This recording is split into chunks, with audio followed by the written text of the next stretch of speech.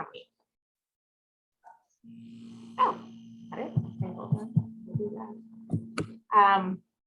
All right, so I'm going to ask each of them to introduce themselves and give a little bit of their background, and then we will jump in to questions for the panel, and then we'll open it up to questions for the audience. So with that, Lydia, I'm going to start with you, and if you could introduce yourself and your background and tell us a little bit about Innovation in Motion, set the stage. All right. Hi, everybody, and thanks, Jill. It's great to be here, even though it's remote, per usual these days. But I am with Innovation in Motion, and we invest in seed to Series A companies throughout the United States and Canada. We focus on agriculture, animal health, and human health only. That's one of our requirements for investment. And we usually invest along a syndicate of other investors, maybe 5 or 6 groups like us or a VC firm who's investing in a round size of anywhere from $1 million to call it 6 or 7 million. Our check size is right around 200,000. Our last investment we closed was just over 400,000 about 3 weeks ago. So our range is pretty broad. So yeah, I see Jill nodding. We love to see those dollar amounts increase. It's been a really, really busy year for us, investing in lots of companies and portfolio companies as well. So excited to hear your questions and be here today. Terrific. Thanks so much, Lydia. That's great news. All right, Dan. Hello, I'm Dan Kerr. I'm with Flyover Capital, and it's great to be here. Thanks for having me. Also, I was just thinking the last 15, 18 months of not being out there, I haven't met as many new faces in Kansas City. So it's good to see a lot of people I've not met before on this. As far as background with Flyover, so prior to Flyover, I was a part of a couple of early stage software companies and also in the financial services realm. I was with UMB and their M&A group. I at one point worked for the Federal Reserve in Chicago. So I'm kind of a career mutt, which I think actually makes me pretty well suited for investing in early stage software companies. But with Flyover, I've been with the team about 4 years. We focus geographically outside the traditional tech hubs, so outside the Bay Area, New York, and Boston, with the idea that the underserved regions of the country are really where the opportunity is. And complementary to that, we focus largely on the industries that are located there. So we try to play off of the regional strengths in the ecosystems and really invest in companies that we think are advantaged in being located in flyover country. So our focus is in software. It's B2B, and within that, we're basically a generalist. There are a few areas that we don't do a lot in, but think of us as like traditional businesses being advanced through technology. So the types of businesses you find in Kansas City are often the kinds of buyers of the software that we invest in, like the insurance space or financial services, supply chain, the agriculture space as well. So that's just a little bit about us. Happy to share more as we go on. Okay, thanks. And then Donald, founder of First Boulevard, a fintech startup. And Donald, if you can introduce yourself and background. Awesome. Thanks, Jill. Thanks, everybody, for having me. Been a founder for a good number of years, serial founder. Also super excited to have also come through, the Kaufman Fast Track program. I think the name has changed a couple of times since then. So I'm an alum, always happy to jump on these panels. I've had a number of tech startups. I think when I came through Fast Track, initially I was with a company called City Smart and rode the wave of startup and saw some other solutions that my technology could be used for, and really felt the motivation to jump into the neobank space last year with a lot of the civic unrest, and been super fortunate to have developed a pretty dense network from within and outside of Kansas City, and super glad to be on the panel with you all today and answer any questions and help out any way I can. Also, I'm a member of KC Collective, just a low-tech startup group of founders. We get to sync, share ideas, bounce some things off the wall just to make sure we're looking at things the right way. And I know I've been able to meet a good number of entrepreneurs that way as well. So happy to welcome anybody that's interested. Wonderful. Thanks, Donald. So we are going to, thank you, Rebecca. We are going to jump into some questions and try to spread them broadly. The first couple of questions are really going to be for Lydia and Dan from the side of the investor. And then we're going to also look at from the side for Donald from the side of the entrepreneur.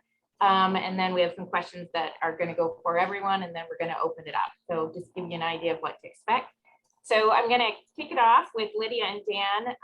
If you guys could both share what kind of company you typically fund, what stage, and then what is your typical check? So I know you mentioned a little bit about that when you were introducing the company as a whole, but if you could get a little more granular for the folks on the call of what your company does and what you really look for as far as stage and type check size. Sure, I can start with that, Jill. So in terms of stage, as I mentioned, seed to Series A, well, that can mean a lot of different things to a lot of different entrepreneurs and a lot of different investors. So for us, seed stage is really past that proof of concept phase. So there is some sort of product that's been developed and probably iterated a couple times over, and it's ready to commercialize, or there is at least some sort of pilot data on the product with real customers. We have invested in pre-revenue companies, so revenue is not a requirement, but for us, being really close to that, it gives you a lot stronger chance at success with funding for our group.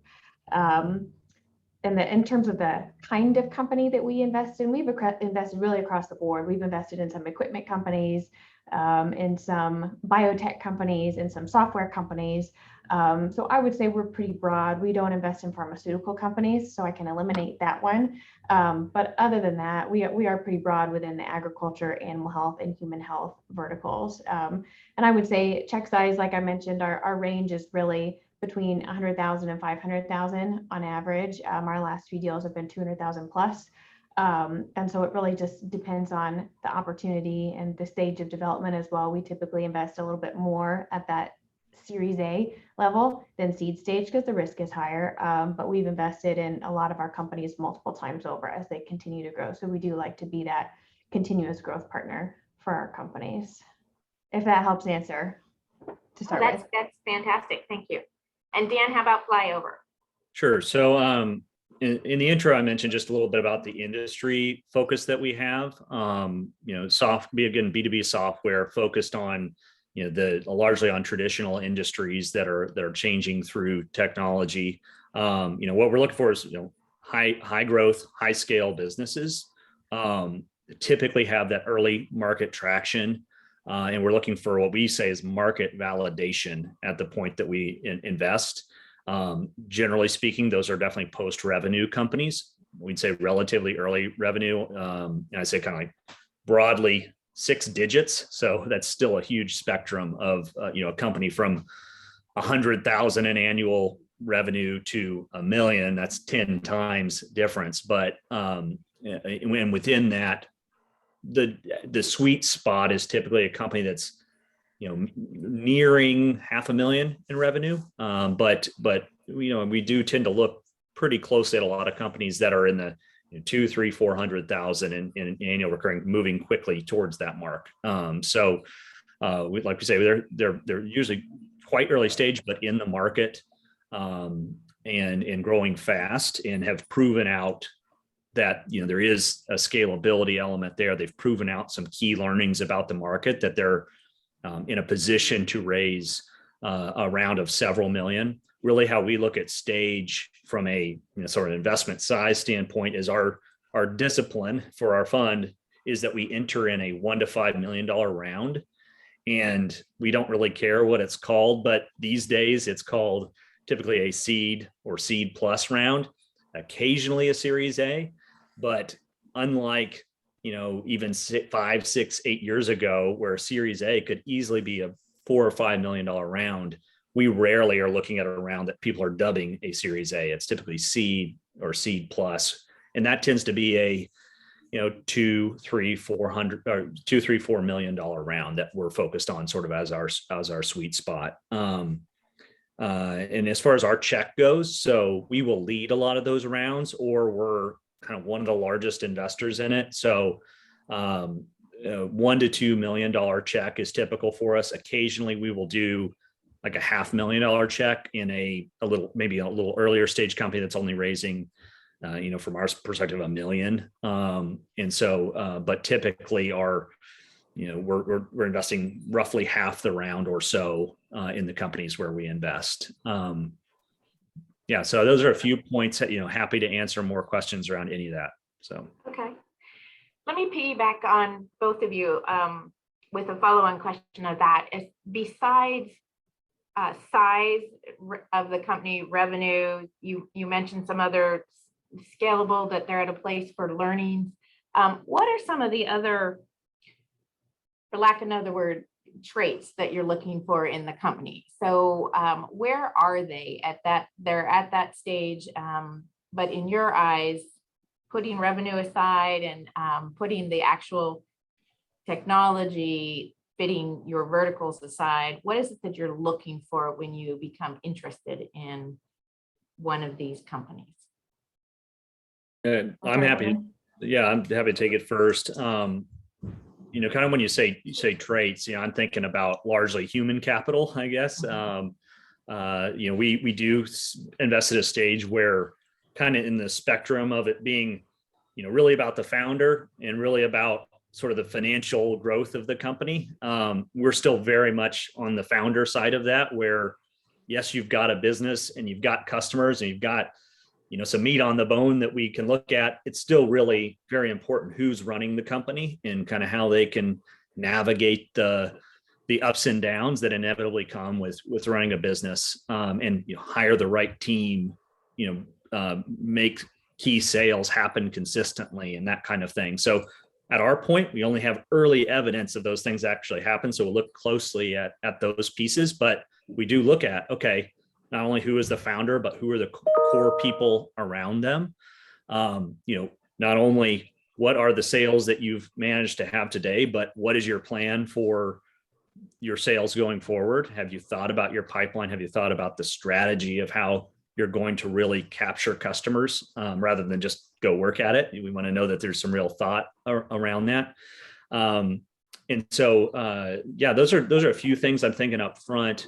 I can go into, maybe some characteristics around the founder if you want me to go that route at this point. Okay. So founder characteristics, we're normally, these days it's all still largely virtual. And we do just kind of assess, those things you learned as a kid of what you should be doing and how you should be presenting yourself. I mean, that's kind of baseline, is that, hey, is this a person that if I was hiring them, I'd want them to work for me? Or if I was working for that person, I'd want to go work for them. So the ability to work with that person is one of the first impressions that we often get. We as a lead investor, we know we're going to, likely be working with them on the board. So we want to know that person is responsive and receptive to feedback and that sort of thing. At the same time as, hey, we like people that are really motivated and know what they want and stand to their convictions, but also know, how to receive feedback if maybe they're not on the right track. So we look for some of that. We like ambition, but we're not big on really high ego, because ego is a little harder to penetrate with feedback. So we look for that as kind of an indicator as well. I'd say that everybody has their own presentation style. But some people are just natural, outgoing, ebullient presenters. That can leave a great impression, but that's not required. I mean, we look for people that are passionate and know their business well. When you press on questions, they have substance behind it and can give answers. So some people we've invested in are very serious people, and they're not, kind of maybe your classic outline of, they're not Elon Musk out there, drumming up, whatever comes to his mind to sell his business. So there's lots of different types that's made up. But, if you are that presenter person, we like to know that there's somebody else that's maybe kind of the yin and yang to that a little bit as well. So those are just a few ideas to think about. Happy to dig in on anything there. Great. Thanks, Dan. That's great. Lydia? Yeah, I agree with everything Dan said. Team is really, really critical, especially at the early stage, and not just the team, but the board, I would say also, and if there's not a board set up yet, who's going to be on that board of directors or who is part of your advisory panel. I think that's really important. I love to talk to board members of early stage companies to see what their experience has been like over, maybe it's years of working with a founder or maybe a year, but they can often give a lot of good insight on other traits and tendencies of that particular founder as well. Things that we also look for at the early stage is intellectual property. And there's, a different range depending on how far developed the company is. Maybe they've filed a patent, maybe they've received patent approval, maybe there's a freedom to operate that's already been completed. So there's different variations of that. I mean, and sometimes IP is the answer is, well, we're thinking about it. So that's usually not quite enough for us to invest yet. We want to see some sort of traction in a patent portfolio, especially, I mean, for us, we invest in a lot of life science companies. So that's particularly important. I know with software companies, maybe that's not as critical, but there's certainly things that you can protect with a software company or ways that you can build a moat. Maybe it's not a patent, but maybe it's something else that would be really critical to protect your business from competitors. So I mentioned board, advisory group, intellectual property, financial projections as well is something that we look at, even though we know they're going to be wrong. We want to see that the founder and that team has thought through growth and what it's going to take to grow. And we see a lot of blue sky projections that make no sense, but the ones that are still aggressive but have reasonable assumptions are the ones that are the most credible.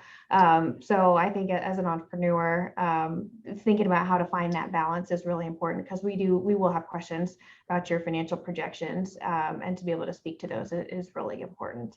Dan mentioned this a little bit as well, just as maybe a personality traits and tendencies, but just being accountable to who you're working with. Not that investors have to be the first priority, but it's a pretty good indication of how you treat your customers. And we want to know that your customers are of a priority to you. So being responsive, turning things around on time, being prepared, helping us with our due diligence process, all those are things that we keep maybe as soft skills in our evaluation process when we're looking at companies too. Terrific. Those are both phenomenal. My little hand couldn't write fast enough on really great things to keep in mind, way past here's how much money we need and here's the stage where we are as our company. I'm going to switch sides, and Donald, you've had different fundraising experiences with different businesses, and so would love from the entrepreneur standpoint for you to provide some guidance on how you establish those relationships, how you begin that fundraising process to kind of hit on these things that Lydia and Dan are mentioning that they look for, and build that credibility with the investors. Great question, Jill, and great feedback from Dan and Lydia. I definitely agree with a lot of the things they said. I think the first things first, and Jill, I know you are a proponent of this too. Make sure that you're going after a problem and developing a solution that people want. Sounds simple, but many of us, my hand is raised, have developed features that we just can't understand why people aren't buying, because we didn't go through any of the discovery. You'll find also that there are so many things that you can do that don't cost money to really put yourself and your company in a position to win. One, customer discovery, right? Make the calls, put in the work. If you're not going to be able to put in the work, like to figure out if that's something that people actually have a pain point and your solution is viable, then how can you expect someone to invest in you or your company?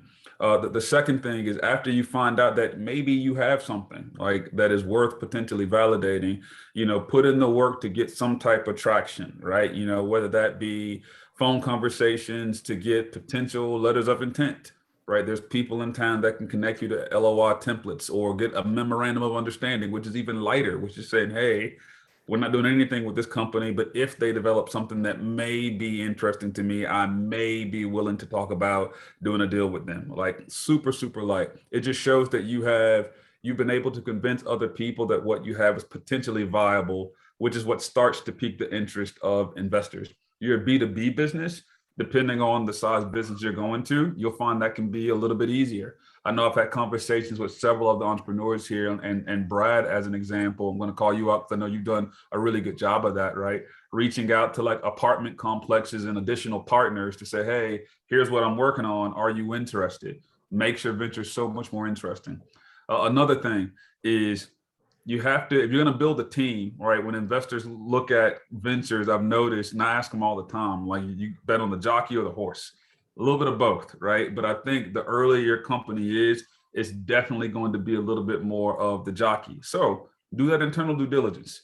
If you have never worked in the mining industry a day in your life, but yet you want to somehow upend the mining industry, put yourself in the investor's shoes and ask yourself, man, that's a pretty good solution. Why in the world is Donald Hawkins going after the mining industry, right? Who else can you work with? What other advisor can you bring on board, to Lydia's earlier point? What other prospective team member can you go and recruit to say, well, hey, Donald is the biz dev brain, and he also has an advisor that was the president of, you know, the National Mining Coalition back in the 80s that's advising him. Guess what? That's a lot of a stronger position versus Donald trying to upend the mining position.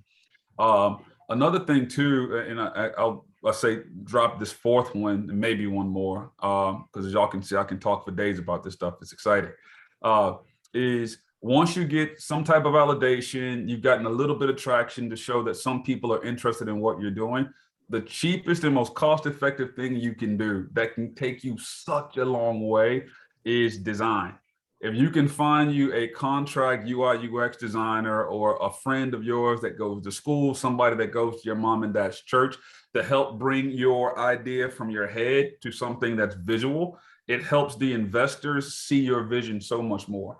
I raised 2 rounds of funding off of designs, no product, right? But it showed the investors where I was thinking, right? And the roadmap and the process that I was headed. Last thing, and I'll drop it here because I know we have other questions that are going to be asked. When it comes time, right, to raising capital, here's something in the Midwest we got to work on. So there's the pre-seed round, seed round, Series A, B, C, and D. I've noticed too often that us Midwest companies tend to skip the pre-seed for some reason and go straight into seed, no product, right? And we want Dan to cut us $1 million check.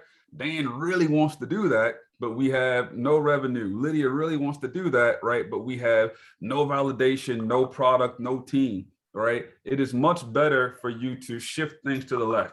What can you do to become a really strong pre-seed company? Pre-seed rounds are typically what founders raise to prove and get validation, prove your concept is even worth raising the seed to take it to the next level. So shift your mind to that part. What can I do to be a really strong pre-seed company? Pre-seed, people probably aren't expecting me to have revenue. They're probably not expecting me to have 8 employees. They're not expecting me to have an office yet, right? So can I get myself in a good position to be a really strong pre-seed company so that I can then prove the need to go out and raise a seed round as well? And you'll find that there are investors that are interested in all of those different categories. Some are pre-seed only, some are pre-seed and seed. Do the research to find out which one of your investor or which one of the prospective investors has already invested in your industry, in your stage, and then start developing relationships, not just with that investor, but also people that are connected. If I have time later, I can talk to you all about how effective FOMO is at getting some of the initial funding in. But I'll stop there. I can talk for 2 more hours on this subject.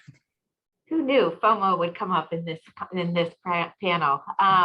Hey, Jill, can I ask a question of Donald there? Because I think there was so much good stuff there. Yeah, yeah.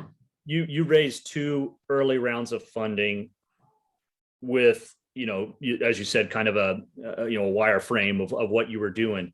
How much did being a prior founder have to do with your success? Like that definitely helped. I mean, that goes to the jockey or the horse, right? The horse was essentially product designs and I was the jockey. Now, mind you, I have not had major exits. I had like a small exit, like with my first venture. So I got out the gate real strong, but trust me, I caught up and burned a couple companies after that. So statistically, I'm supposed to be, but I definitely feel the investors were intrigued by my get up and go at it, right? Also knowing that I likely learn lessons from failure too.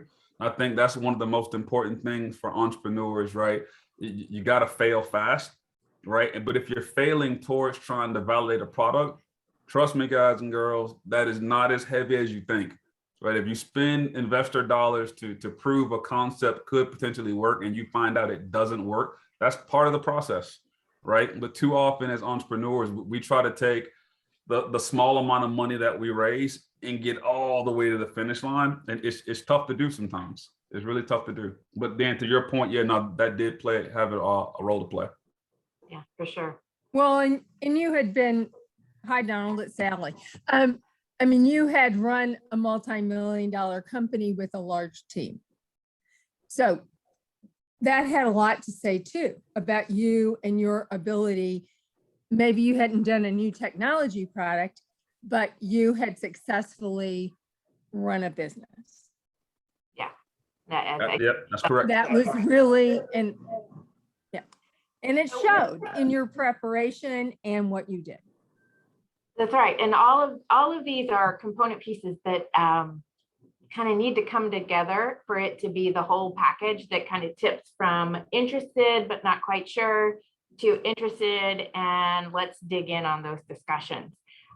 So in that same vein, let me ask a question of all three of our panelists about effective communication between the entrepreneur and the investors, and what is a good way of keeping you, the investors, in the loop on these things when you're having progress, when you're making advances, versus annoying and bugging. So it's that fine line between, oh gosh, not one more thing from, entrepreneur X, versus I haven't heard from entrepreneur Y in 18 months. I had no idea they were doing that. So I'd love you guys to share what you think is a effective communication and a way to establish the relationships and the credibility. I guess I'm happy to jump in first. I think one of the biggest things on my end is it's always great to get to know people before they're raising capital. And so I think it's just a way to build a lot better mutual relationship. Is we're not talking about, kind of the high pressure of getting a deal done. We're getting to know each other, personally, and hopefully I'm getting to know about the business, and some kind of idea of where you're headed. And, for me, kind of the wow point, like maybe what Jill's referring to, is that, I have a informal conversation over a coffee, and it was a nice conversation like that person. And hopefully, they're headed somewhere, maybe make an introduction or two out of that or something, but then find out 6 or 9 months later, receive an email. Hey, you remember what we talked about? I did it, in effect. Nobody says exactly in those terms, but, to follow up personally, to remember the conversation, and to also show, that what you said you were going to do was accomplished. I mean, I think that is, really easier said than done thing, but if you can do it, it makes a tremendous impression to have that kind of, you're building a relationship, you're building something interpersonal, and then delivering on where you're headed. So I think for me, that's a really big one, is just building the relationship up front. I agree with what Dan said. And sometimes it's not just 6 months later, sometimes it's years later that relationship is cultivated. And then the founder, maybe they switch companies, or maybe they were with another company and they start a new company, and then they're ready for capital, and then they're ready for your capital. Like, I think we're looking at things long term, not just something that's going to turn around in 12 months just from having a coffee with somebody. So I also think then I'll take it to the next step. So once you're presenting to a group, maybe it's an investment committee of a VC firm or an angel group like ours, I would recommend being very prepared. So having a data room ready to go immediately. So when that investor says, yes, we're interested, can you share your data room? Here's our due diligence checklist. You're ready to turn that over right away. I think that responsiveness and accountability is really important and really impressive. The founders, for me, that turn those materials around quickly, they get bumped up in my priority as well, because it's, out of sight, out of mind. If I don't hear from somebody in 30 or 60 days, I've moved on to something else. But there does, to Jill's point, there does get to be a point where somebody can be annoying. I mean, I don't want to hear from somebody every day. I just don't. There's lots of things going on. Everybody's busy. If I've said, I'll let you know by Monday, then yes, I would say it's appropriate to reach out on Monday and say, hey, Lydia, haven't heard from you. Have you guys come to a decision on this? But if I share my cell phone number, I don't really like getting texts at 10 o'clock at night because I go to bed early, and there's professional boundaries as well that I think need to be respected. And unfortunately, they're not always, and that shouldn't have to be said, but it is. But yeah, I think keeping things professional, being accountable, doing what you say you're going to do, and going the extra mile makes a big difference with first impressions and that ongoing relationship. Yep, agree with both of those points too. And if you all notice, every time you have a conversation with a VC, they're always writing or typing down something, right? So always be mindful, right? They're keeping tabs on your progress better than you are, right? So I think kind of going to Lydia's earlier point, if you are in a position where you're looking to raise capital, right, make sure that you have your ducks in a row. And every time you have a conversation with that VC, show them progress. They talk to you in January and you're talking about this big partnership that you want to get, and then you talk to them again in August and you're still talking about trying to get that same partnership. Understand that they now recognize your sales cycle is either really long or you don't know how to get that partnership across the finish line. All of those data points play a role. So you put yourself in a position where, again, when you do have those check-ins, that it's something where like, oh my God, every time I talk to Delvin, there's always some great progress. Another great point that Lydia made is being ready earlier than you're supposed to be, right? Pre-seed companies typically don't have data rooms. So guess what you should do?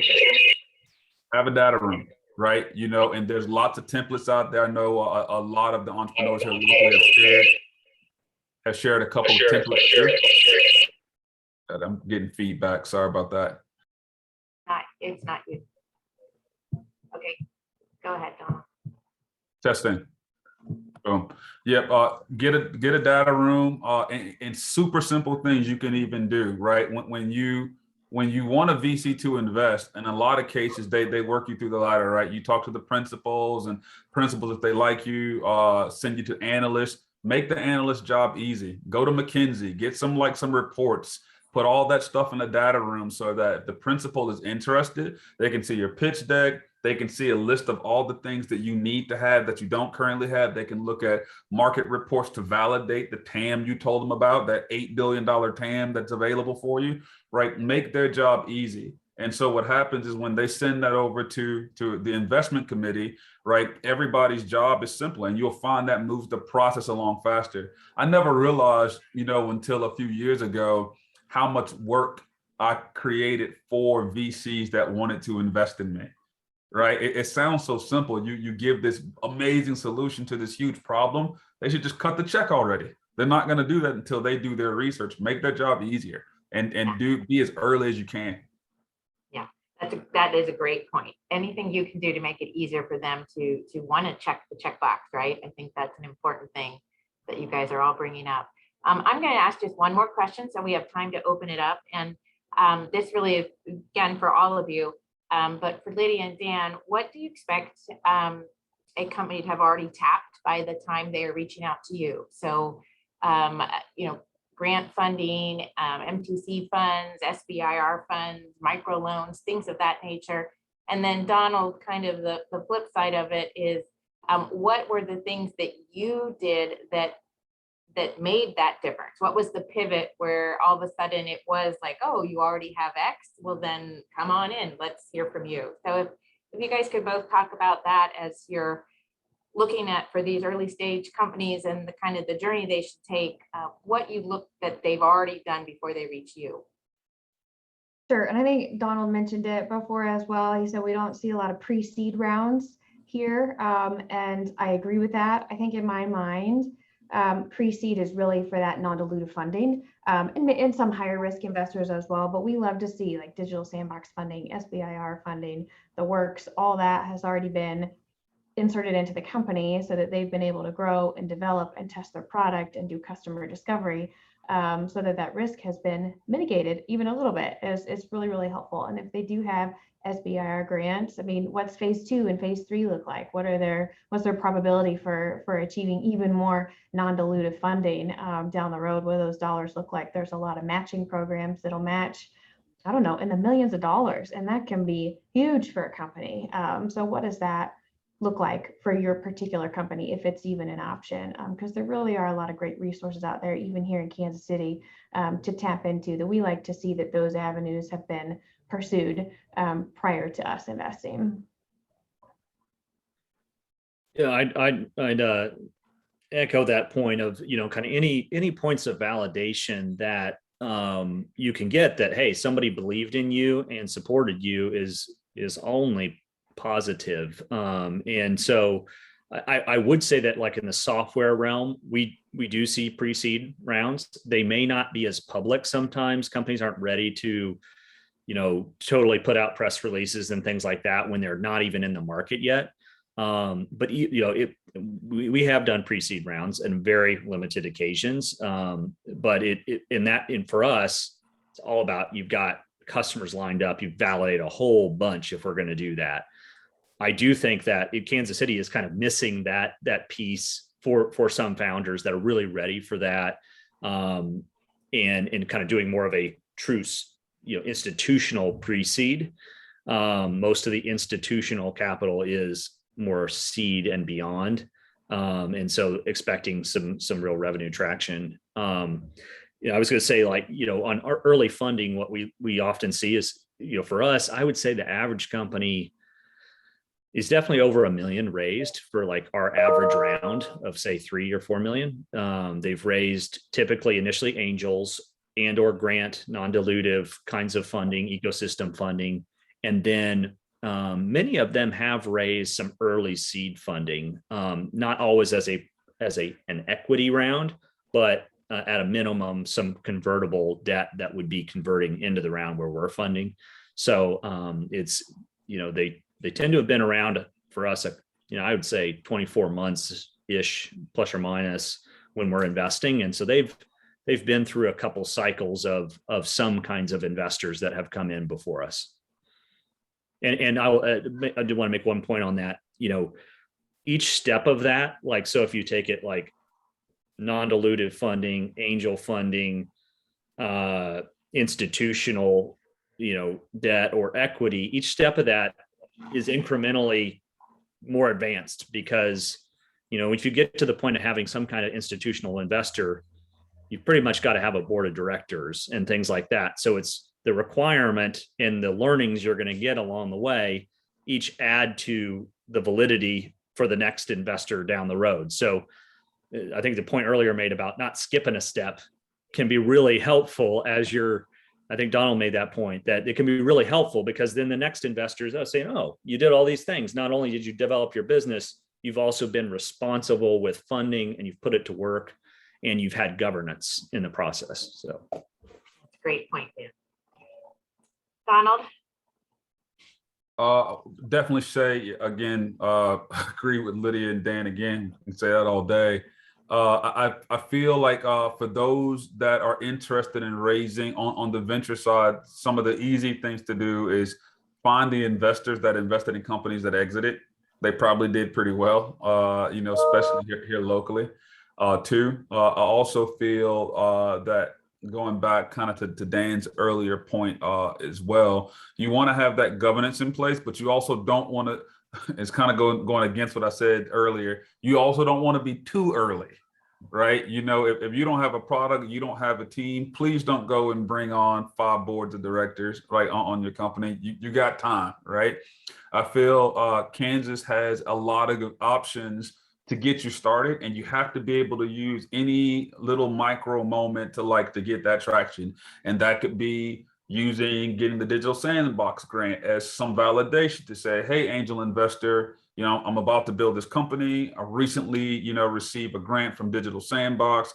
I need to raise a pre-seed round of $300,000. Here's these other things that I'm doing to de-risk my venture. That might be trying to get matching funds from, a Fountain Innovation fund, or that might be MTC, that might be Kansas Angel Tax Credits. There's all these different things that you can do to de-risk your venture, and be comfortable enough and do the research to have that conversation with the investor. You know how good it sounds to an investor to say, well, hey, listen, I'm raising a $300,000 pre-seed round, already received $20,000 from Digital Sandbox. I'm going to be meeting with Fountain Innovation Fund to see if I can get a matching investment from them for $150,000. If you invest $50,000 in me, I also have Kansas Angel tax credits.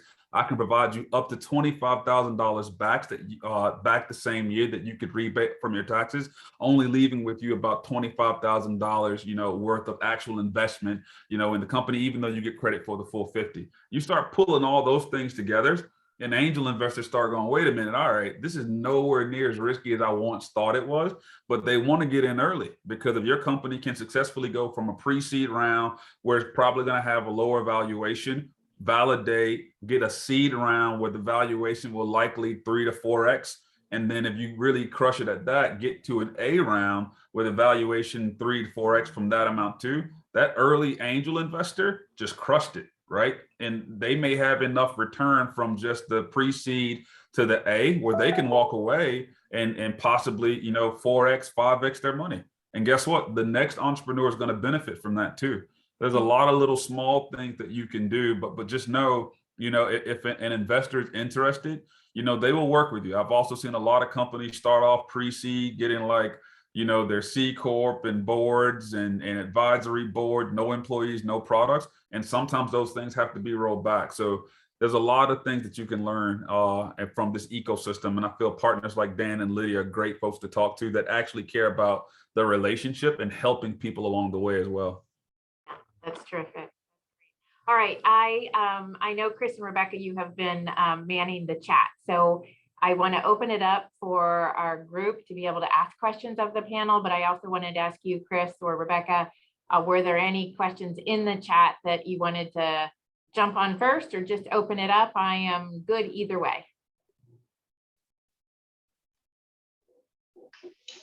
We've had a lot of correspondence in the chat, but I would encourage people just to unmute and ask, fire away. All right.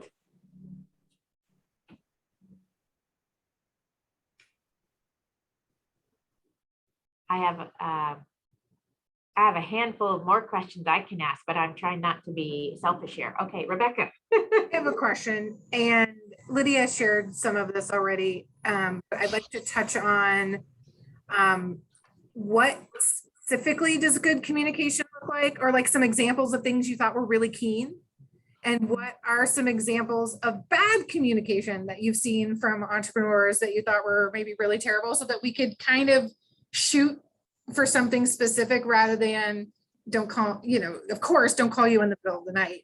But you would think that was obvious, but I think maybe some specifics around that, or something that you've seen to be a really good touch for communication, so that we can have something to maybe emulate. Sure, I think that's right. I was thinking about that too, Rebecca. So a lot of times, if there is interest from me and our group in investing, but the company is just too early, I like to leave the door open and say, you know what, now's not a great time, but let's touch base in 3 to 6 months and see where your progress is, and see if it's a better time for us to consider an investment. And I am genuine when I say that. And the founders who respond to that the best, I think, are putting together some sort of even a monthly update that they can send out, not just to me, but other investors or partners or stakeholders, where they list maybe 5 bullets of their accomplishments for that month. And so I would make them meaningful. I wouldn't say I had a coffee meeting with so-and-so, or I woke up on time one morning. That's not meaningful. So put together meaningful, tangible achievements. We achieved this level of success with this sales partner, or we are launching a pilot with this potential customer, or we secured Digital Sandbox funding, whatever it is. Keep it concise and meaningful, but those can go out monthly or bi-monthly, but that just keeps the company name and progress in front of the investor, and keeps them in the loop as well. Because I've seen updates like that, and I go, oh, that's pretty significant. I should probably reconnect with them now. It'd be a good time to see if they're ready to raise again, and if they're a better fit for my group at this time. So that would be one example. Maybe Dan, you've seen others too.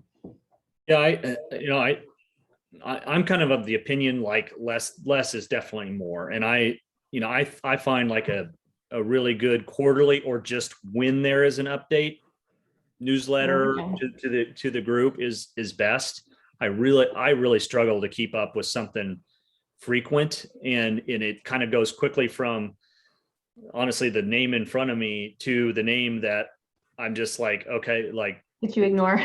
keep up. And I know, like, for instance, Techstars, which I love the Techstars program, but they really encourage like weekly updates, which some founders keep doing. And I just, it's just too much when you're looking at lots of companies. So to me, like a quarterly or periodic crisp update that has some of those KPIs in there, say, hey, you know, like we landed some key customers, something like that that's fantastic. Or a status up at the top of what you're doing is great. Or just, if you really like us, personal outreach is say, hey, we would love to catch up. We've had some good accomplishments over the last 6 months, and, you know, would love to kind of, you know, update you on our story. So to me, that's how my preferred. Yes, by the way, yes, VC's questions. You ask 5 investors, you're gonna get 18 different responses. Like Always.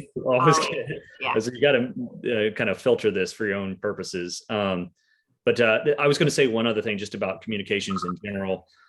Definitely treating it like a two-way street. I like when people ask me questions if it's a coffee or a pitch, you know, to be sure that you're kind of qualifying for us as well.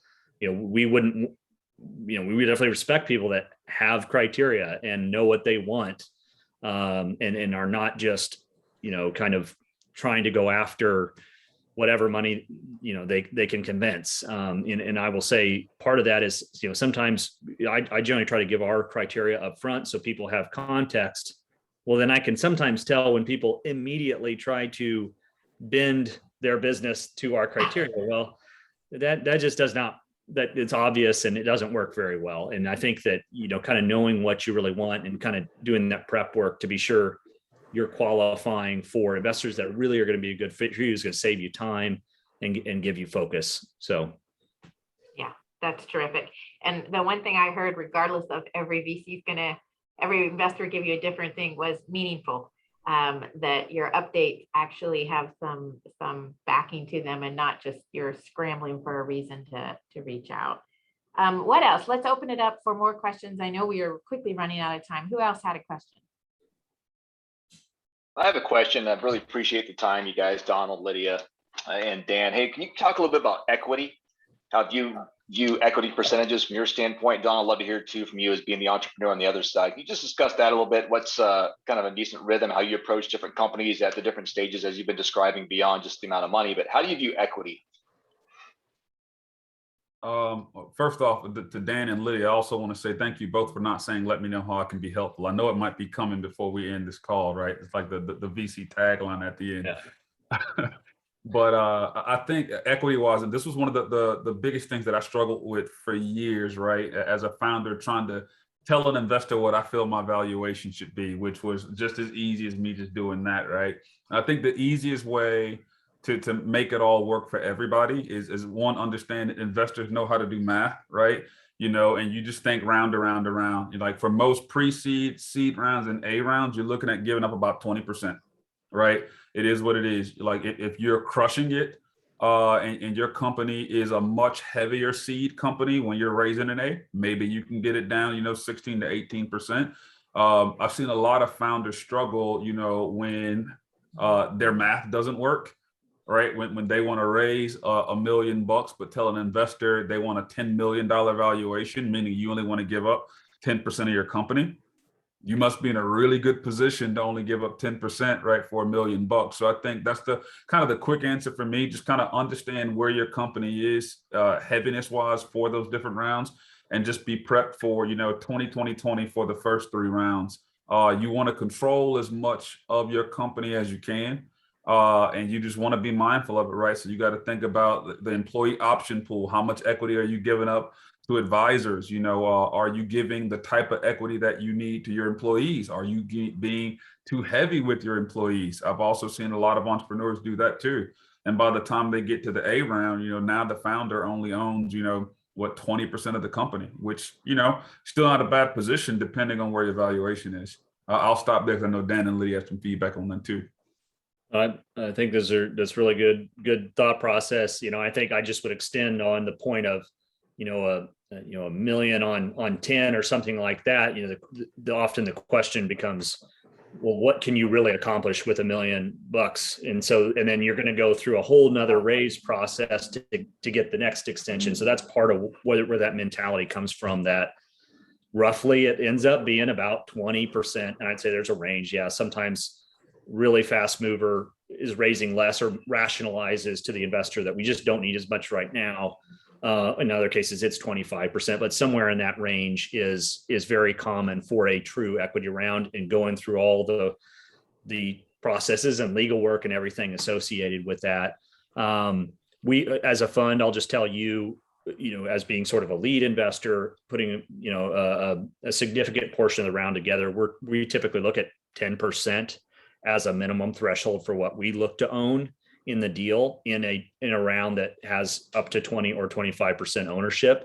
So in some cases, we do own up to 20% of a company, given if we're just kind of doing the whole round ourselves, but we tend to have some co-investment.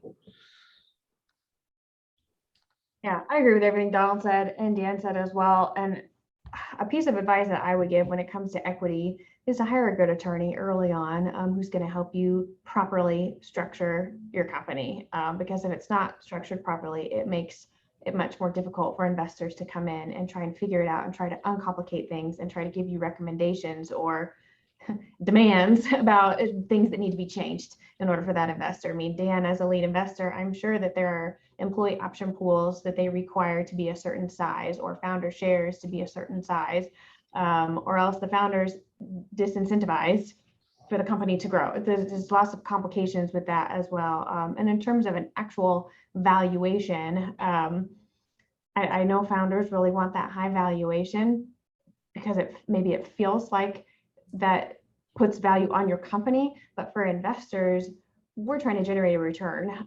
So we're in these to make money at the end of the day. And if the valuation is too high in the beginning and we don't see a good pathway to exit to make money on our investment, then the deal is just not worth it. We know all our investments aren't going to make it. So we need to see the ability for each investment on its own to provide those outsized returns. So I think that's where the back and forth happens a lot with entrepreneurs and investors, is trying to come up with that appropriate valuation, and it'll land somewhere in the middle, most likely.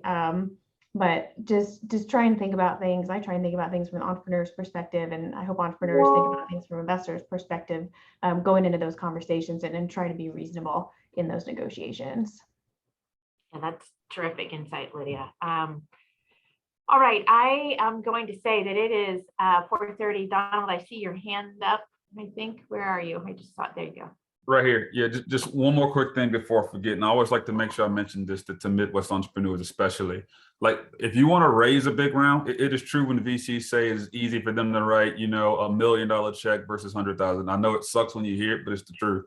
Make sure that they look at your expenses, right? If you're building a venture-backed company, those investors want to see big numbers, which means you likely will need big expenses. You're building your company and your business model around profitability in year 1, year 2, venture is not for you, right?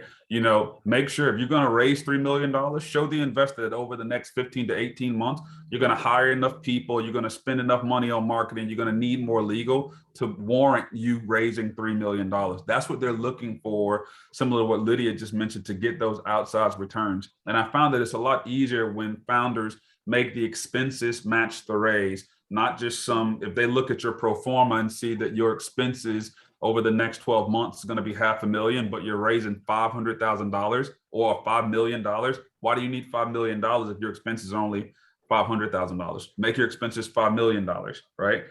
They might not buy that, but it puts you in a better position too. So make the story match up. Hey, I see Patrick's got his hand up as well. Yeah, I posted this in the chat. Curious who y'all are syndicating with, the most recent deal or maybe the last couple deals. To the VCs, sorry, Donald, not your syndicates. I knew you didn't mean me, so. Well, I mean, we invest, it kind of depends on the deal. I mean, we've looked at and invested in deals with the different partners just here in Kansas City for sure. One that we invest alongside a lot is Fulcrum Global Capital because they also invest in agriculture and animal health. Dan and I have looked at a lot of deals together. I've looked at deals with Maggie being part of Casey Rice, or not being part of Casey Rice Fund, but alongside Darcy, we've invested with them as well. So it's a pretty close-knit community, I would say. We do collaborate a lot on deal flow. But since we invest throughout the United States, there's a lot of other investors outside of Kansas City as well that we invest alongside. But really, pretty much any investor you can think of in Kansas City, I mean, we're all interacting in some degree. Yeah, I think regionally, we pretty well know everybody, like to the person within 500 miles that is doing early stage deals like our stage. So I think that is one thing, is it's a very small community at the end of the day of early stage investors. And we do actually work together quite a bit on deals. Occasionally there's competitiveness, but less so, I'd say, at really early stage. It's kind of who's ready to back that company. And then as you get further along, it's more competitive around deals because there's more evidence that there's something there to invest in. As far as who we syndicate with, yeah, it really depends on the deal. We've invested with, kind of some of the other funds in the region that invest just like in early stage software, like Dundee out of Omaha has been a co-investor in a couple deals. We've invested with M25 out of Chicago, who does a lot of kind of, follow-on funding for early stage software companies. Recently, I feel like we've done several deals that have had more of a syndicate around, kind of an industry focus. So not necessarily an industry investor coming in, but in some cases, yes, but a fund that maybe has industry investors in them. And so then we come in as kind of the operator fund, and then they come in as an industry expert, and it's kind of a complementary relationship around that. So we've got, I was just looking the other day, we've got a laundry list of co-investors that we've invested with. Some we've done that as a repeat, but just lots of different groups around the different regions where we're investing that we've co-invested with. So. All right. Oh, Mike, I see. This is going to be the last question to be respectful of the panelists' time. Mike, go right ahead. Can you hear me okay? Yep. Okay. It's kind of a follow-up or response to someone was asking about the, which syndicates and stuff. So I hadn't posted my contact info yet in the chat. I will, but basically, I'm an angel investor, startup advisor, consultant, do some board engagements and stuff.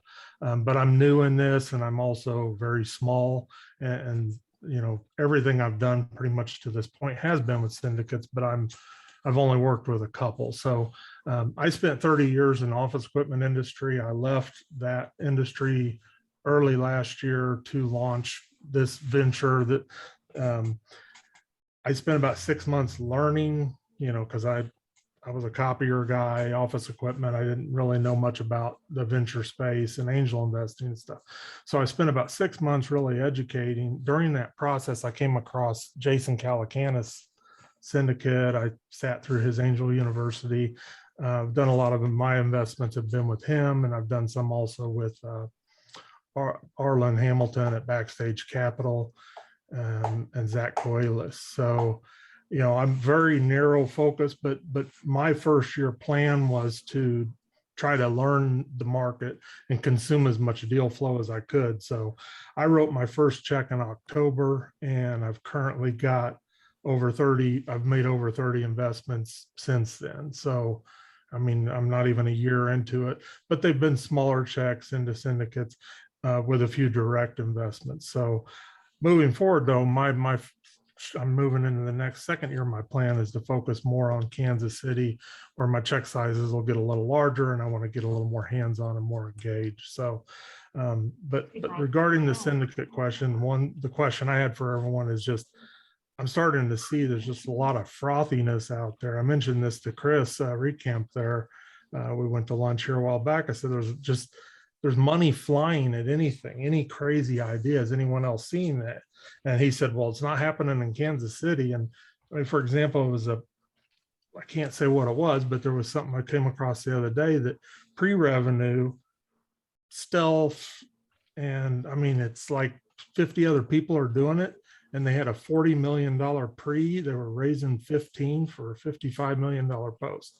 I mean, I'm just seeing some craziness out there, and I think, thank you for offering that up and that observation. I think there's always going to be, this conversation could go on for hours around those sorts of opportunities and those things that are seen out there.